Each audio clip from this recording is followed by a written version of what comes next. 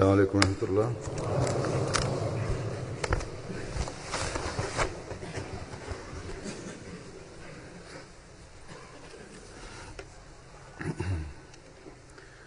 أشهد أن لا إله إلا الله وحده لا شريك له وأشهد أن محمدا عبده ورسوله أما بعد فأعوذ بالله من الشيطان الرجيم بسم الله الرحمن الرحيم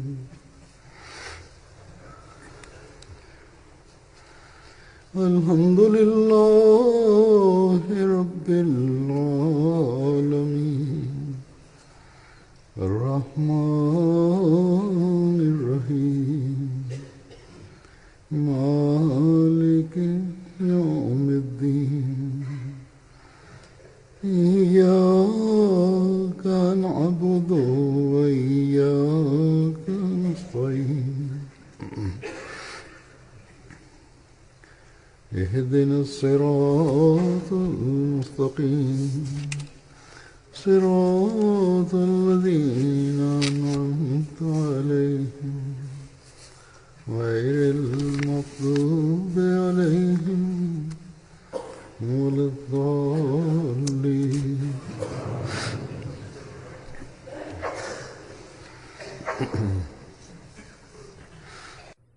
Euzubillahimineşşeytanirracim. Bismillahirrahmanirrahim. Huzur, Allah-u Teala'nın lütfuyla bu yılki Jalsa Salana İngiltere'nin yıllık toplantısı yapıldı. Huzur içerisinde yapıldı. Allah-u Teala'nın lütfuyla bizler bu Jalsa'nın Allah-u Teala'dan nimetlerini gördük. Hava şartları biraz zordu.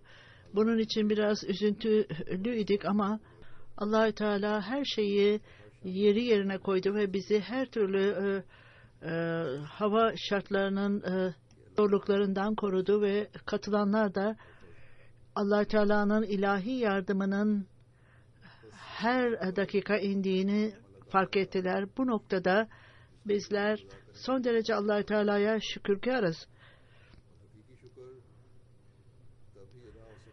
Gerçek şükür ancak Allah-u Teala'nın rızasını kazanmak için daima elimizden geldiği kadar bunu almaya çalışmaktayız. Bu şükür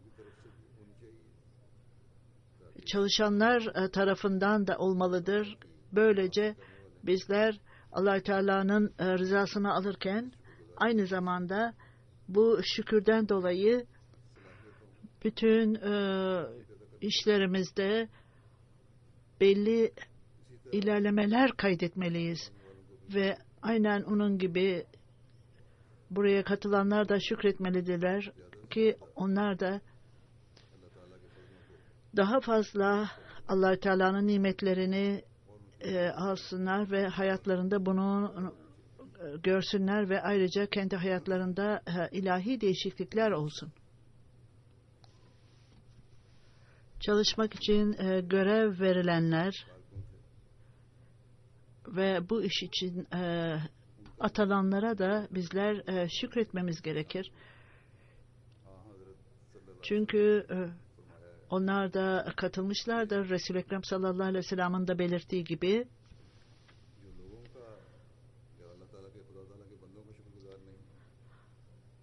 insanlara şükretmeyen kişi Allah-u Teala'ya da şükretmezler.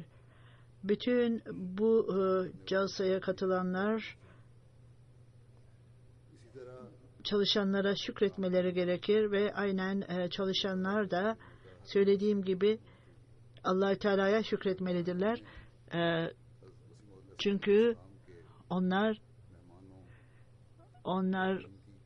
vaad edilen Mesih Aleyhisselatü Vesselam'ın dini nedenlerle gelen misafirlerine göz kulak olmuşlar, bakmışlar ve bu misafirlere hizmet etmişlerdir. Esas itibariyle Jalsa Salana yıllık toplantının amacının bir tanesi bir kardeşlik ve birbirlerine olan şükür duygusu gelişmeli ve bu bir örnek olmalıdır. Allah-u Teala'nın lütfuyla bu sevgi ve kardeşlik ve duygu ifade edilmiştir. Bizler kendi insanlarımıza bunu gösterdiğimizde, Ahmedi olmayan misafirlere de bunu gösterdiğimizde, bu insanlar bundan çok etkilenmişlerdir. Dini ve bilgisayar programlar dışında her Ahmedi'nin uygulamada gösterdiği örnekler, Ahmedi olmayan insanlar bundan çok etkilenmişler ve bundan bahsetmişlerdir. İslamiyet'in gerçek talimatlarını Jalsa esnasında görmüşler ve bundan çok büyük derecede etkilenmişlerdir. Küçük çocuklardan yaşlı insanlara kadar kendi çevrelerinde istisnai olarak kendi bağlılıklarını göstermişler ve görevlerini yerine getirmişlerdir. Ayrıca katılanlar da huzursuzluk hissetmeden veya herhangi bir karışıklık hissine katılmadan onlar sessizce katılmışlar ve programlardan faydalanmışlardır. Bu uygulamalı olarak gösterilen örnekler de her dünyevi insanları hayrete düşürürler ve Ahmedi olmayan misafirler kendi duygularından bahsetmişler ve bunlardan bazılarının yorumlarından ve duygularından bahsedeceğim ki bunlar bu Jalsa'nın tecrübelerinden geçtikten sonra bunları anlatmışlardır. Onlar eğer bu İslam'ın talimatları bu ise o zaman bu mesaj bütün dünyaya yayılmalıdır demişlerdir. Benin'den eski Dışişleri Bakanı, Cumhurbaşkanı danışmanı Meryem Hanım, bu Cumhurbaşkanı danışmanı Meryem Hanım, o Cumhurbaşkanı'nın danışmanıdır. O şöyle diyor, bu Jalsa esnasında ben Ahmediye cemaatine derinlemesinden anladım ve Jalsa'nın hazırlığından çok etkilendim. Disiplin ve bütün hazırlıklar çok yüce seviyede ve çalışanlar çok bağlı olarak çalışıyorlardı ve ben kritik gözle herkesi inceledim. Bu hazırlıklarda hiçbir yanlışlık görmedim ve her departmanın hazırlıkları istisnai olup en yüce seviyedeydi demektedir. Ve ben onlara baktığımda herkes genç, yaşlı, kadın, erkek, herkes hayatın her bölümünden gelenler son derece başkalarına yardım ve rahatlık sağlamak için hazırdılar. Kendi rahatlıklarını bırakıp diğer insanlara rahatlık ve kolaylık sağlamak için hazırdılar. Yüzlerinde tebessüm vardı ve başkalarına hizmet etmek için son derece hazırdılar ve ben bu yüzleri hiçbir zaman hayatımda unutmayacağım. Bu şimdi hayatımın bir parçası haline geldi. Keşke bu değerler ülkemizde de olsa ve Ahmediye cemaati bir öğrenilen akademidir ve bütün ülkelerin öğrencileri de onların öğrencisi olsa. Manevi olarak baktığımda her yerde bir kardeşlik atmosferi vardı ve maneviyat burada artmaktaydı. Bu öyle güzel bir atmosferdi ki ben hayatımda bunu ilk kez yaşadım ve belki de yeni gelenler bu atmosferi ilk kez görmüş olmalıdırlar. O şöyle diyor, ben işte böyle bir İslam, Ahmediye Müslüman cemaatinin ortaya koyduğu İslam bütün dünyaya barış ve huzuru getirecektir ve dünyanın problemlerinin bu zamanda yüz yüze geldiği problemlerin çözümü işte buradadır. Ahmediye cemaatinin imamı hanımlara hitap etti ve bu beni derin düşüncelere daldırdı. Başka insanlar hanımları köleden ziyade düşünmemektedirler, fakat Ahmediye cemaatinin imamı hanımları öğretmen olarak ve gelecek olan nesillerin eğitimleri ve onları koruyacak ve gelecek insanlığın korunması için insanlığın geleceği ve dünyanın geleceği bu hanımların elindedir demişti ve bu hanımlara verilen çok büyük bir önemdir. Bu sağlıklı atmosfer ve toplum böylece ancak kurulabilir. Guatemala'dan ülke parlamentosundan Ilina Kales kendi duygularından bahsetmiş ve Jalsa'ya katılmak benim için çok büyük bir fırsattı. Ahmediye cemaati benim düşüncelerimde çok büyük değişiklikler yarattı.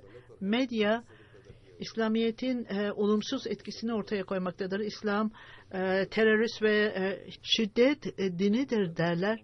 Halbuki bu Jalsa'da İslamiyet'in barışçıl talimatları bu Jalsa'da gösterilmiştir. Ahmediye cemaatinin motosu herkesi sevin, kimseden nefret etmeyin yoluyla işte dünyada adalet ve barış sağlanabilir. O binlerce çalışanların kendilerine hizmet etmesini görmekten çok mutlu olmuş ve hanımların tarafındaki konuşmalardan bahsederek hanımların statüsü nedir, cennet annelerin ayağı altındadır diye öğrenmiş ve ayrıca erkeklerin çadırıyla kadınların çadırını karşılaştırmış ve hanımların çadırında daha bir huzur buldum dedi ve bu da İslamiyet'in en güzel bir örneğidir ve hanımların onuru ve korunması İslamiyet tarafından garanti edilmiştir demiştir.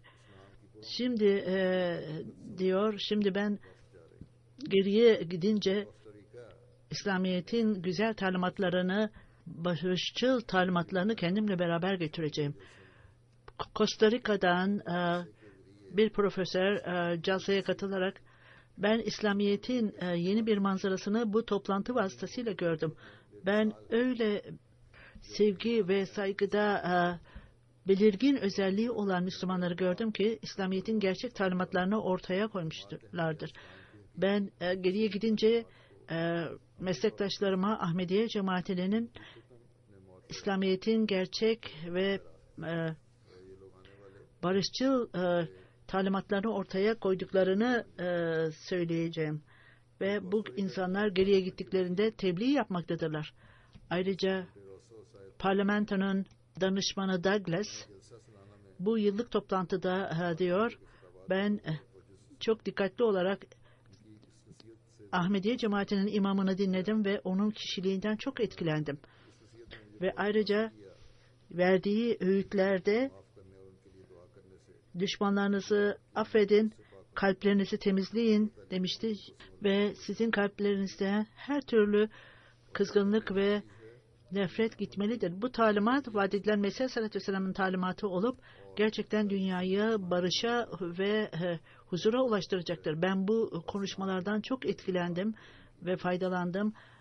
İslamiyet'in gerçek talimatlarını ve uygulanmasını ben bu Jalsa'da gördüm. Haiti'den Joseph adında bir temsilci Jalsa'ya katılmadan önce birçok düşünceler vardı aklımda.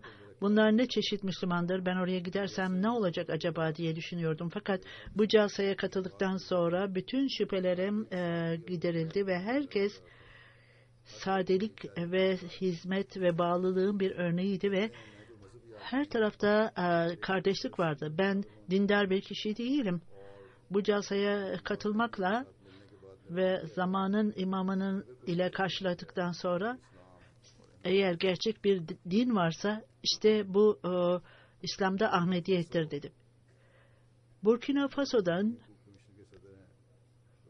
İnsan Hakları Komisyonu'nun başkanı bu jalsaya katıldı ve şöyle diyor: bu toplantıya beni çağırdıklarında ben hayret ettim. Ne ben Müslümanım ne de bu cemaatin bir üyesiyim. Buna rağmen Müslüman bir toplantıya çağrıldım. Bu jalsaya katıldıktan sonra herhangi bir renk veya ırk, din gözetmeksizin herkese sevgi kollarını açıyor ve herkese göz kulak oluyordu cemaat üyeleri ve saygı gösteriyorlardı. Ben farklı dini liderlerin konuşmalarını dinledim. Onlar konuştuklarında sanki onlar kendi haklarından bahsederek insanların duygularıyla oynamaktadırlar. Fakat Ahmediye cemaatinin imamını dinlediğimde onun konuşmasının merkezinde dünyanın barışı ve huzuru kurulmalıdır diyordu ve konuşmasının merkezi buydu. Bu talimatlarla ancak barış sağlanabilir. Terörizmi ve aşırıcılığı bu yolla yenebiliriz. Kroasya'dan bir delege Salek Hanım şöyle diyor: ben kilisede hizmet ediyordum ve gerçeği arıyordum. Jalsa'nın atmosferi, sergiler ve diğer bilgilerim bana bütün yeni bir hayat verdi, yeni bir ışık verdi. Ümit ederim ki çok kısa bir sürede gerçeği arama yolculuğuna başlayacağım. Ahmediye cemaatinin imamının hitabı benim zihnimde çok büyük bir iz bıraktı. Şimdi her şeyi inceden inceleyeceğim. Yine Kroasya'dan bir öğrenci, Jalsa'nın hazırlığında sevgi ve saygı vardı. Jalsa'da küçük çocuklar bile bağlılıkla su dağıtıyorlardı, sevgiyle su dağıtıyorlardı. Sanki bir trafik kontrolü gibi. Ayrıca temizliğin standardı için yapılan gayretler bende çok büyük bir iz bıraktı ve ayrıca ilk kez bu toplantıya katıldım ama bütün bu hatıraları daima kendimle beraber tutacağım. Cemaat bu insanlarla ilişki kurmalıdır. Geçen yıl gelen Kroasya'dan bir karı koca, onlar Müslümandı. Bu yıl da katıldılar. Toplantıda bana geçen yıl dediler, biz alelade Müslüman olarak gelmiştik fakat bu yıl bizler şimdi artık Ahmedi Müslüman olarak buraya katılıyoruz. Allah Teala'nın büyük bir lütfudur. Bu büyük bir tebliğdir. Filipinler'den Kongres üyesi Blair Roger Jr. Jalsa'ya katıldı bu yıl. Kongrede iyi bir pozisyonu var. Buraya katılmakla gözlerim açıldı. Benim için çok büyük bir tecrübeydi. Çok şeyler öğrendim. En iyisi cemaatin üyeleri birbirlerini sevgiyle karşılamaktadırlar ve onlar başka insanlara yardım etmeye çalışmaktadırlar. Bu etki başka insanların kalbinde etki yaratmaktadır. Bu daima alelade şartlarda da aynı olmalıdır ve bu Ahmedilerin büyük sorumluluğu olarak sadece birkaç gün içerisinde değil, bu devamlı olarak olmalıdır. Bu deneyim benim bilgimi İslam'da daha da arttırdı demiştir ve ben öylesine Ahmediyetin güzel talimatlarıyla tanıştım ki daha önceden bilmiyordum. Cemaate gelince medyadan bahsettiği İslamiyet'in buradaki İslamiyet'le hiçbir alakası yoktur.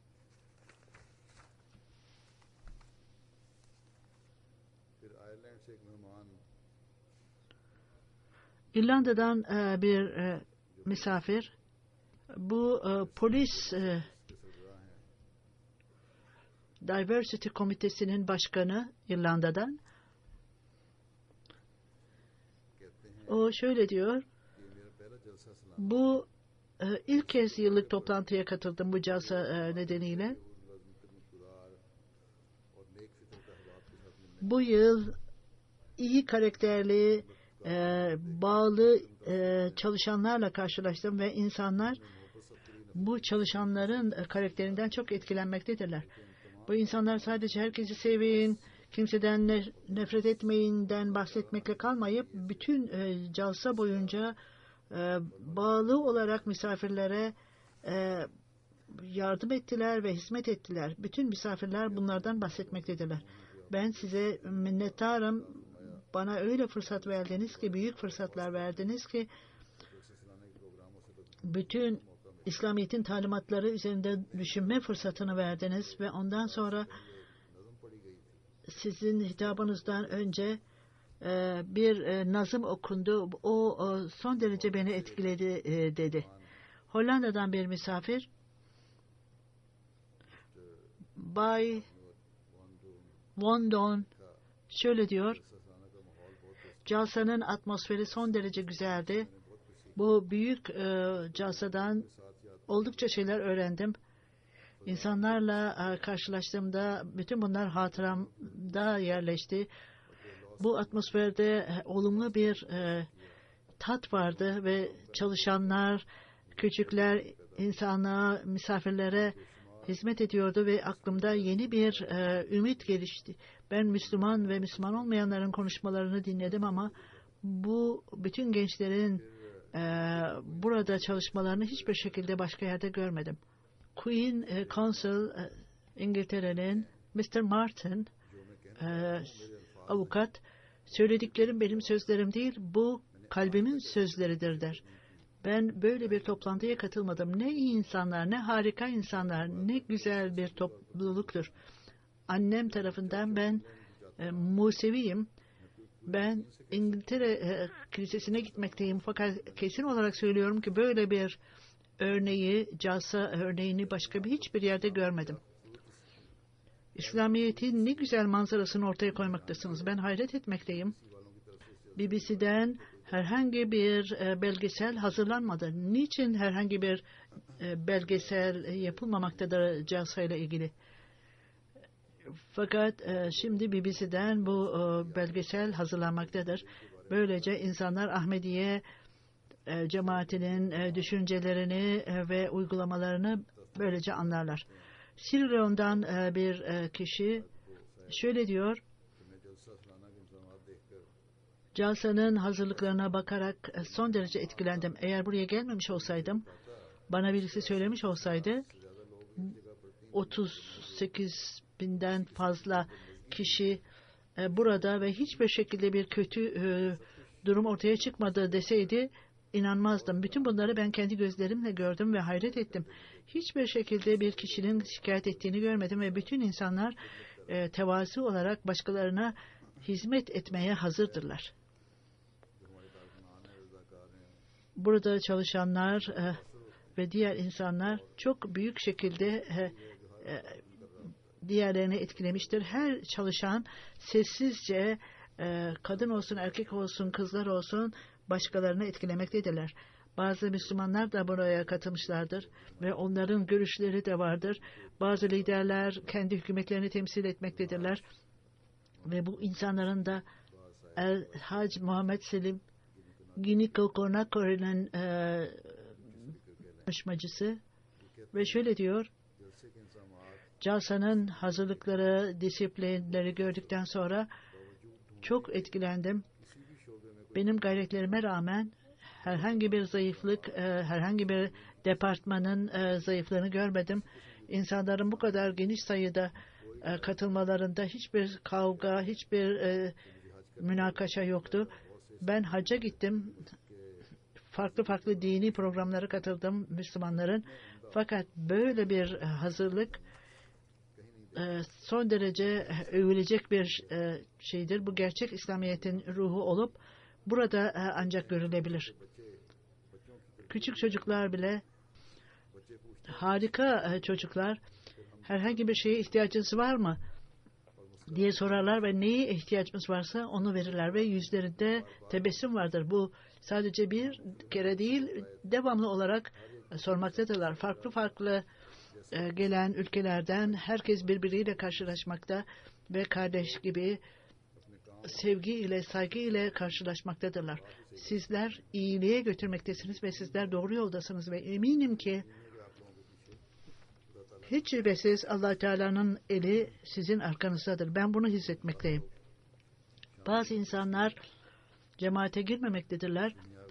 Çünkü belli dünyevi nedenlerden dolayı onları inanmaktan alıkoyar. Biz ülkemize gittikten sonra hükümetlerin dikkatlerini biz bir noktaya çekeceğiz ve cemaat her şekilde desteklenmelidir ki böylece sizin cemaatiniz bizi kendi ülkemizde doğru yola iletsin. Yine Konakari'den Hasan Pita sahip polisin ülke müdürü, benim departmanım polis. Emniyet açısından ben derinlemesinde çok emniyet hazırlıkları yapılmış. Hiçbir eksiklik görmedim bu hazırlıklarda. Ve şöyle diyor, konuşmaları dinledikten sonra, Ahmediye cemaatinin imamının konuşmasını dinledikten sonra ben Müslüman olmaktan gurur duydum. Parlamento üyesi Sierra Leone'dan Ali Kazako sahip şöyle diyor, Ahmediyet, İslamiyet'in gerçek bir manzarasıdır. Ahmedi Müslümanlar barışı için gayret sarf etmekte ve büyük hizmet etmektedirler. İslam adına terörizm yapılmaktadır fakat Ahmediler bu düşünce üzerinde çalışmaktadırlar. Küçücük çocuklar bile çalışmaktadırlar. Bu büyük bir fırsattır ve Ahmediyet'in gerçekliğini ortaya koyar ve bu manzara tam yeterlidir doğruluğu için. Türkmenistan'dan bir üye şöyle diyor, 2 yıl önce bir arkadaşımdan bu cemaatle ilgili olarak bilgi almıştım. Slogan, herkesi sevin, kimseden nefret etmeyin. Londra'ya geldiğim günden itibaren sevgi ve saygı ile karşılaştım. Sanki anne ve baba ve aile üyeleri benim etrafımdaydı. Bu beni çok etkiledi ve kalbimde büyük bir iz bıraktı. Biz Türkmenistan'dan Londra'ya geldiğimiz gün havaalanından otele getirildik ve biz oraya vardığımızda orada genç çalışanlar, görevli olanlar bize hoş geldiniz dediler ve ilk önce yemek yiyiniz, yorgunsunuzdur. Bunu dinleyince Resul-i Ekrem sallallahu aleyhi ve sellem'in bir hadisini hatırladım ve bir misafir gelmişti, ona bu misafiri kim alabilir demişti ve ondan sonra bu misafirperverlikle ilgili hadisi okudu. Her neyse diyor huzur.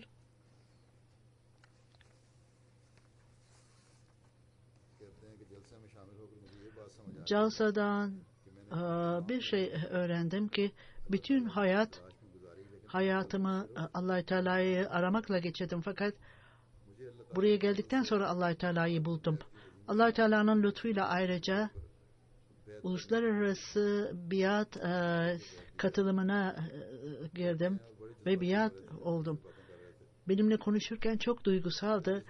Şöyle diyor, ben biata katıldığımda gözlerimden yaşlar dökülüyordu. Bu gözyaşlarını babamın ölümünde bile dökmemiştim. Ben belki de bu gözyaşlarının nedeni yoktur diye düşünüyordum. Fakat daha sonra bu yeryüzünde büyük bir ümit vardır. Bu milyonlarca cemaatin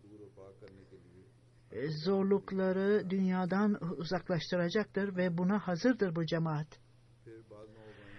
Bazı yeni cemaate gelenler bu atmosferi, sevgi ve saygıyı gördüklerinde onlar imanlarında daha da artmışlardır. Jamaika'dan yeni cemaate giren kişi Meryem Services,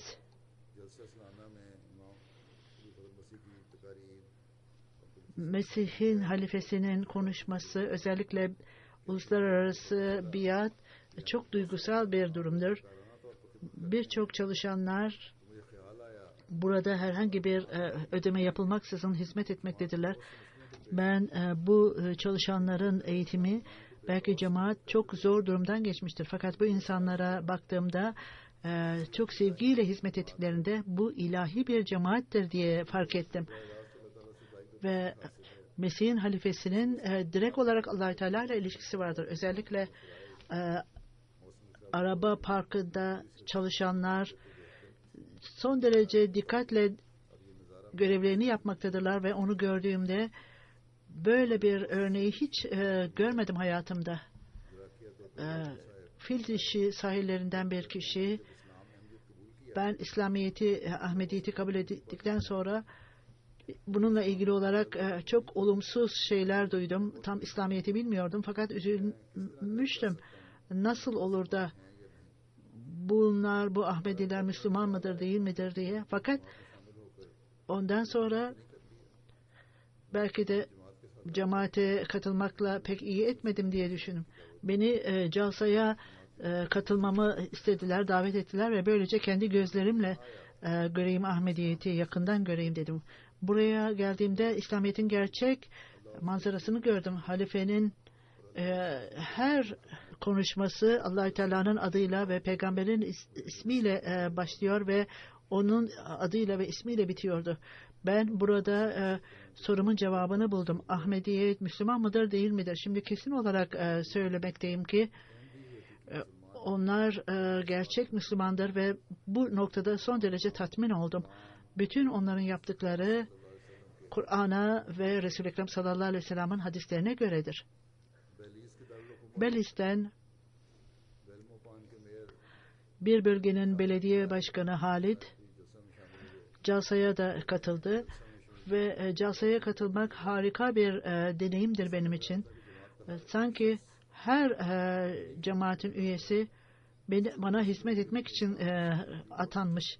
Ben daha fazla İslam'la ilgili öğrenmeye ilgi duydum ve bu nedenle kardeşlik dersini öğrendim, nezaketi gördüm ve bütün bunları evime götürmekteyim. Burada orada görmekteyim bunları ve keşke bütün bunları bir şişeye koysam da Belis'e götürsem ve oradaki insanlara dağıtsam. Calsa çok güzeldi. Beni çok iyi karşıladılar. Bütün beni buraya davet edenlere teşekkür ediyorum. Bir keresinde misafir çadırında duruyordum. Bir genç hudam geldi. Ben sadece yurt dışından geldim ve belki de yalnız hissediyorum diye bana gelmiştir diye biliyordum. Bundan çok etkilendim. Burada gençlerde de duygu vardır ve bizler misafirlerimize nasıl bakalım, nasıl onlara hizmet edelim diye bilmektedirler. Uluslararası biatla ilgili olarak çok ilginç şeyler oldu. Yine başka bir şey belirteyim. Kroşya'dan bir aile yine Calsa'ya katıldı. Uluslararası biatla ilgili olarak bu kişi bu biattan çok etkilenmişti. O birçok toplantılara katıldığını ve Hristiyanlıkta birçok toplantılara katıldığını, fakat dine bağlılığı, duyguyu burada hissettim bu biat seremonisinde. Bu belirgin bir özelliğidir ve bütün hayatım boyunca bunu hatırlayacağım. Mısır'dan bir doktor, Hani Vişvan sahip, şöyle diyor: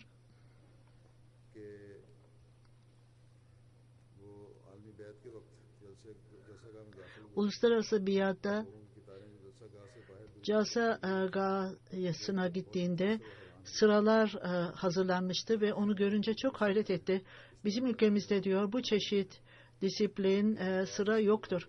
Onun duyguları öylesineydi ki biat anında bir cemaate katılmıştı. İstiğfar etmek, Arapça cümleleri tekrar etmişti. Bunun anlamı biat etti demek değildir. Fakat duygusal olarak o bu kelimeleri tekrar etmişti ama şimdi bunun üzerinde düşüreceğini söylüyor. Presin cemaate olan dikkati ve etkisi onu etkiledi ve şimdi pres İslamiyet'in gerçek manzarasını ortaya koyacaktır. Hanım gazeteci Fransız gazetesinden şöyle diyor: ben buraya geldiğimde ilk önce üzüntü duymaktayım. Kadın ve erkekler ayrıydı, fakat Jalsa gahsına baktığımda hanımların yerine yemekleri erkekler hazırlıyordu ve hanımların tarafına gittiğimde bu ayrı ayrı hazırlık dolayısıyla hanımlar daha rahattı ve bağımsızdı. Bütün her iş erkekler tarafından yapılıyordu ve kendi arzusuna göre yapılıyordu kadınların. Özgürlük adına gençler, onlar zalimlik yapılmaktadır deniyor kadınlara. Bu insanlar bunu düşünmelidirler. Bolivya'dan bir temsilci şöyle diyor: Batı'ya göre hanımlar arkada tutulmuşlardır ve onlara iyi yer verilmemiştir. Fakat ben burada Ahmediye cemaatinin hanımlara mükafat verdiğini gördüm ve onlar mükafat alıyorlardı. Bu çok büyük bir arzum vardı ki hiç şüphesiz gazeteme bunu yazacağım referans olarak ve herhangi bir lider sadece hanımlara hitap eden bir hanım var mıdır? Hanım gazeteci uluslararası biattan sonra bu kelimeleri tekrar etti başka insanlarla beraber. O bilmiyordu ne olduğunu. Bana o arada ne oldu bilmiyorum ama bu şekilde bir duyguyu hiçbir zaman hayatımda duymadım diyordu. Ve devamlı olarak bu sözleri tekrar ediyorum. Belki bu toplantılarda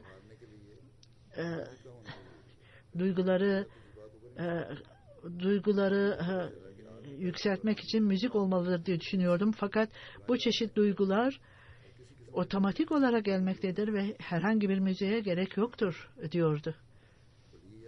Bolivya'dan başka bir gazeteci Carlos şöyle diyor: bu şeyler beni son derece cemaatle ilgili etkilemektedir. Barışın kurulması için bir arzu vardır. Bu mesaj öyle önemli bir mesajdır ki bu zamanda çok önemlidir. Bu yolla belli milletler ve ülkeler bütün bu insanları bir araya getirmekte ve bu arzu övülmeye değer bir arzudur. Bu noktada beni hayrete düşüren şey, böyle bir geniş hazırlık gönüllü olarak yapılmıştır ve bu da bize göstermektedir ki bütün işler ne kadar zor olursa olsun bu ancak inanç ve bağlılıkla ancak yapılabilir. Ve şöyle diyor: Ahmediye cemaatinin imamı kadın ve erkeklerin görevleriyle ilgili olarak konuştu. Benim şüphelerim böylece giderildi ve İslamiyet'in güzel talimatları kadın ve erkeklerle ilgili olarak yine belirtildi ve beni tatmin etti. Hanımların başarısı çok iyidir. Bunun anlamı hem kadın ve erkek beraberce çalışmalıdır dünyanın barışı için. İlk önce kendi aile ve yerel, ondan sonra ülke ve bütün seviyelerde beraberce çalışmalıdırlar. Konuşmanın kapanış konuşmasında bu sadece cemaat için değil, bütün dünya için çok iyi bir konuşmaydı. Jalsa'nın atmosferi ve görevleri yapanların çok büyük etkileri vardır doğru düşünen insanlar için. Bu onları etkilemiştir. Allah-u Teala görevlerini yerine getirenleri mükafatlandırsın. Ayrıca katılanları ve ayrıca esas olarak bu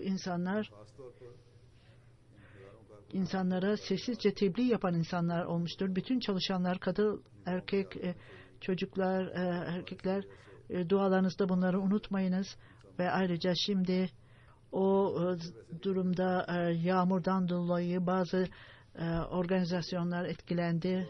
Buna rağmen çalışanlar bütün akıllıca ve sorumluluklarını yerine getirdiler ve hiç kimse bir eksiklik hissetmedi. Su bir müddet yoktu ama genel olarak iyiydi. İnsanlar bana, Ahmediler bana yazdılar. Hepsi iyiydi. Bazı insanlar olumsuzluktan da bahsettiler ama böyle büyük bir toplantıda, geçici bir hazırlıkta tabii ki küçük eksiklikler olabilir. Bütün çalışanlar, kızlar olsun, erkekler olsun, çocuklar olsun, onlar son derece bizim şükranlarımıza layıktırlar. İdareciler bütün bu noktalarda eksiklikleri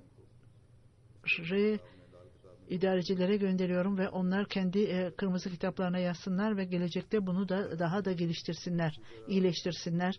Aynen bunun gibi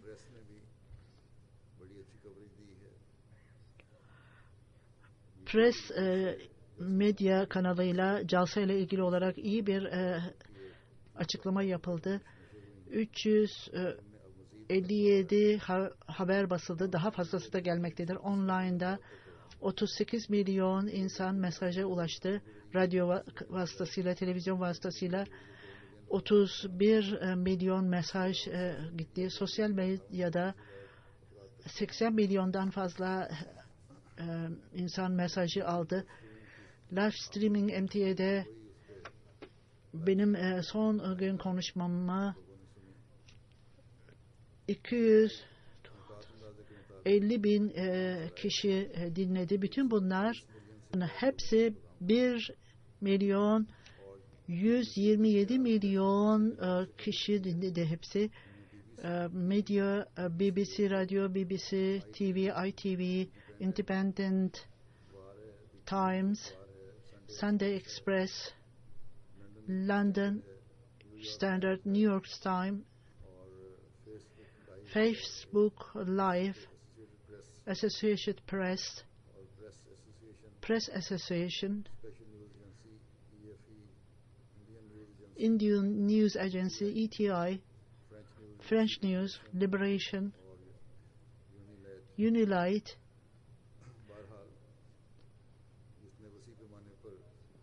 son derece geniş ölçüde press gerçek İslamiyet'in mesajı insanlara ulaştı. Biz prese son derece şükür etmeliyiz. Birçok insana ulaştı. MTA Afrika kanalıyla 10 kanalda Jalsa gösterildi. 120 saatten fazla, 60 milyondan fazla kişi bu Jalsa'yı seyrettiler. 10 kanalda bütün konuşmalar canlı olarak yayınlandı. Sierra Leone'da devamlı olarak 100 saat Sierra Leone TV'si gösterdi. Boa, Kanama, onlar bütün Jalsa'yı gösterdiler. Yerel yayını kestiler ve bütün ülke Jalsa'nın bütün hepsini seyrettiler. Gambia'da ilk kez ülke televizyonu da televizyonda konuşmalar, Jalsa konuşmaları yayınlandı.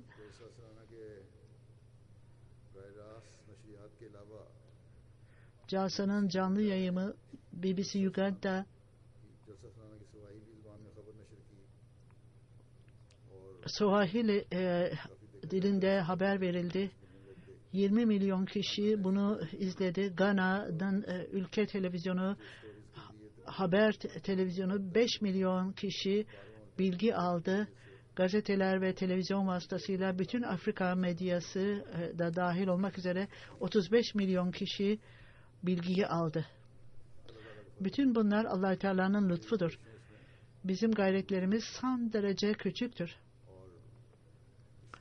Bu nedenle bütün gayretler basın olsun, medyada düşündüğümde diğer ülkelerde de çok sıkı çalıştılar. Allah-u Teala onlara mükafatlandırsın. Çok geniş olarak bu haberler bizim bir tebliğ vasıtamız oldu. Allah-u Teala bizlere bütün sorumluluklarımızı en iyi şekilde yerine getirmemizi nasip etsin ve Allah-u Teala'nın nimetlerini almak için daima dini dünyanından üstün tutalım ve böylece sorumluluklarımızı yerine getirelim. Bir şey unuttum. Bu yıl, geçen yıl olduğu gibi Kanada'dan hudamlar geldi. Hudam vakare amel yapmak için charter uçağıyla 300-350 kişi geldi uçakla. Onlar çalışmaktadırlar. Düne kadar, calsanın sonuna kadar onlar çok sıkı çalışmaktadırlar ve calsayı toparlamaktadırlar. Allah-u Teala'nın lütfuyla birçok işler yapıldı bugünden itibaren. İngiltere'nin hudamı da çalışmaya başlayacak tekrar ve yıl sonunda çalışacaklar. Allah-u Teala onlara mükafatlandırsın ve Kanada'daki hudamlar, eminim ki buraya calsadan önce gelenler, ümit ederim ki onlar dinlediler her şeyi. Eğer dinlememişlerse bu yanlıştır. Onlar geldiklerinde calsa esnasında bile her şeyi dinlemeli ve diğer sorumluluklarını ondan sonra yapmalıdırlar.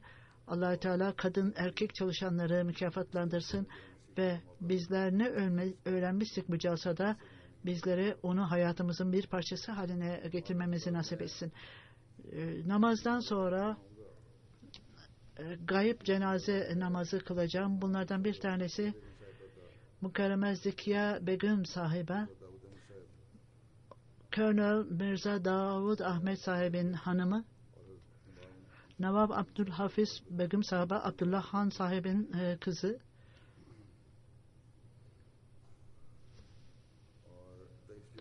e, 24 Temmuz'da 94 yaşında Tahir Heart Enstitüsü'nde vefat etti. İnna lillahi ve inna ileyhi raciun. Colonel Mirza Davud Ahmet Han sahip hanımı Hazret Mirza Şerif Ahmet'in oğlu, bu yolla Vadiden Mesih Sallallahu Aleyhi ilişkisi vardır. O büyük o torunuydu ve yakından ilişkiydi. 3-4 yıldan itibaren iyi değildi ve hastaydı. Ben hastanede olduğunu düşünüyordum ve Musi'ye idi. Eski bir vasiyeti vardı. 5 çocuğa sahipti. Amtel Şafi sahiba,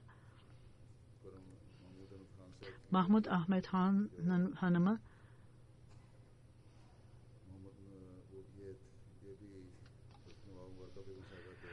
o Hazret Mübarek Begüm sahibenin torunu Ahmetül Nasır, Şehit Ahmet sahip onun kocası idi. Amtül Muiz Amerika'da, Amtül Nasır Allah-u Teala onun çocuklarına daima esalette ve takvada ilerlemelerine ve atalarının yaptığı iyi şeyleri yapmalarını nasip etsin.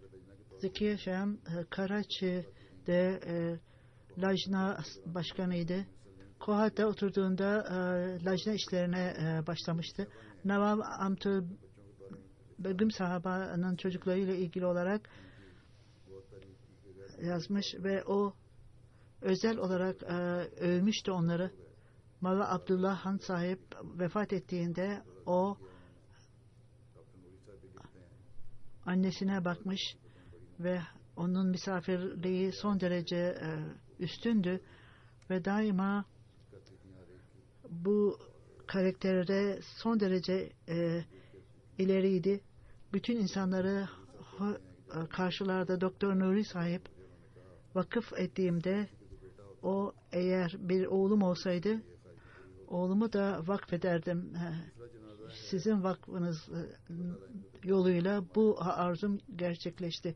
Allah-u Teala onun makamını yükselsin ve ona merhamet eylesin. Mukarrem Tarık Mesut Sahip misyoner nazareti İslah-ı Şah'da 24 Temmuz'da 27 yaşında elektrik çarpmasından vefat etti. İnna lillahi ve inna ileyhi raciun. Büyük babası vasıtasıyla o aileye Ahmediyet geldi. O Azad Keşmir'dendi ve babası cemaate İkinci Halife Hazretleri'nin elinden katıldı. Tarık Mesut Sahip okuldan sonra camiaya katıldı ve eğitimini oradan yaptı eğitimini. 2016 yılında FA yaptı ve ondan sonra 2014'te camiayı geçti. Çok genç, dindar, anne babasına çok iyi bakan, fakirlere göz kulak olan, çok az gelir olmasına rağmen fakir insanlara yardım ederdi. Birkaç gün sonra evlenecekti fakat Allah-u Teala onu çağırdı kendine. Allah-u Teala ona rahmet eylesin. Ve o arkada anne ve babasını ve 3 kardeşini erkek İşvat Ahmet, Zafer Sarfaz Ahmet, Cavet ve Tahir Ahmet. Annesi şöyle diyor, o devamlı olarak çanda öderdi ve o başkalarına da bunu yapmayı isterdi. Babası o son derece hilafeti çok severdi, çok dindardı ve devamlı olarak ibadet eder, namaz kılardı. Hatta misyoner olmadan önce bile bütün aile üyelerine namaz kılmayı tavsiye ederdi. Sabah namazından sonra Kur'an-ı Kerim okurdu devamlı. Ona bakarak bizler bazen utanç duyardık. Zayıflıklarımızdan dolayı.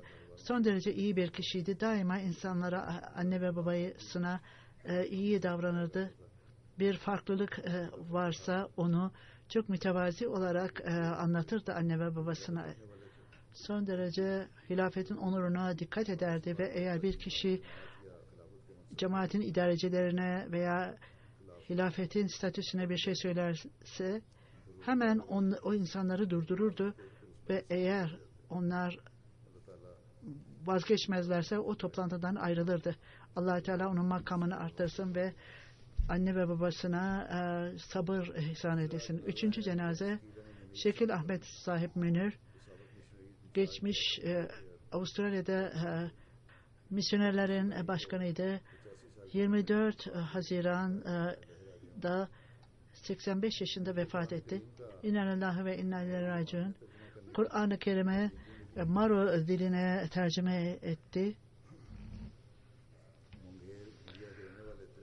Monger'den, Hindiye'den de Bahar bölgesinde babası Hakim Halil Ahmet Sahip o bölgede Ahmediyet'in ileri gelenlerinde 1906'da vaat edilen Mesih Aleyhisselatü Vesselam'ın elinden biat etti babası.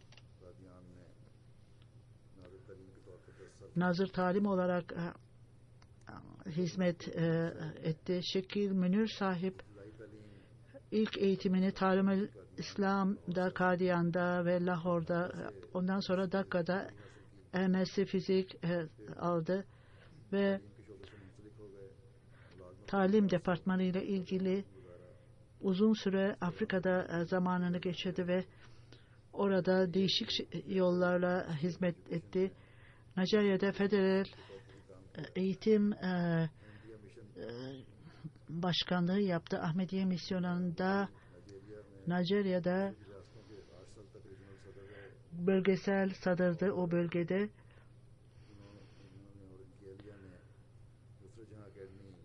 Nusret Cihan Akademisi vardı. Orada görevine başlamıştı.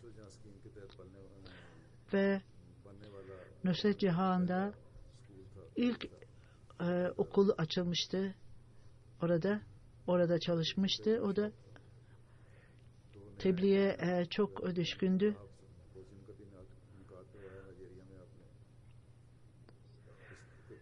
Nijerya'da seminerler yapardı. Bu dönemde bazı kitaplar yazmıştı. İspanya'da İslam, İsa Aleyhisselam'ın kefeni, Talim-i İslam kurs kitabı. Ayrıca kendi masrafıyla Nijerya'da misyon evini kurdu. Bunun gördüğü rüya sonucu hayatını vakfetti. 4. Halife Hazretleri'nde Avustralya'ya ilk olarak atandı. Orada hem misyonerlerin sorumlusuydu. Bir misyonerin vize alması zordu. İzin verilmiyordu. İcazül Hak sahibin gayretiyle vize aldı ve o görevine başladı Avustralya'da. Avustralya'da mescit Behtül İfta güzel bir cami. Orada onun inşasında çok büyük rol aldı. 4. Halife Hazretleri o caminin temel taşını attı.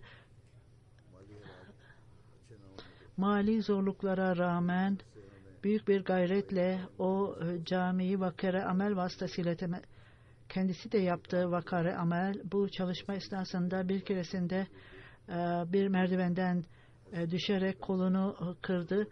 Fakat bu caminin inşaatına devam etti ve çok güzel bir cami orada kuruldu. Ne zaman oraya giderse sadece bir yerde bir gölgelik vardı aldığında. O gölgeliği de orada zaman geçirdi bir müddet ve ondan sonra geçici olarak orada namaz kılınırdı. Çok büyük fedakarlıklarda bulunmuştu. 1981'de Nijerya prensip olarak atandı. Ahmediye Camia'da çalıştı. 1989'da 100. Cübile Ahmediye Cemaati'nin 89 yılında Kur'an-ı Kerim'den seçkin ayetlerin tercümesi vardı. Bunları 100 dile çevirme kampanyası vardı. Avustralya'da Maori orada Avustralya'ya verilmişti tercüme için. Tercüme yapıldığında standarda bakıldığında o öyle doğru değildi. Standart güzel değildi. Ve Bismillahirrahmanirrahim'in tercümesinde bunu yapan kişi İsa Aleyhisselam'ın adıyla, Allah-u Teala'nın adıyla yerine İsa Aleyhisselam'ın adıyla. Bu tercüme tamamen yanlıştı. O dili kendisi öğrendi. Yaşına rağmen, ilerlemiş yaşına rağmen dili öğrendi ve tercümeyi tamamladı. Kur'an-ı Kerim'in tercümesini. Avustralya'ya 2013 yılında gittiğimde Kur'an-ı Kerim'in bütün tercümesi tamamını kurala takdim edildi. Bu son derece mütevazi ve hiç kendini düşünmeyen bir kişiydi. Onun herhangi bir, o çok büyük bir bilim adamıdır diye hiçbir öyle bir duygusu yoktu. O herhangi bir cemaatten para almaksızın cemaate hizmet etti. Allah-u Teala ona rahmet eylesin ve makamını yükselsin ve hanımına sabır versin ve Allah-u Teala bütün böyle insanları kendisini düşünmeden cemaate hizmet eden insanlar nasip etsin. Amin.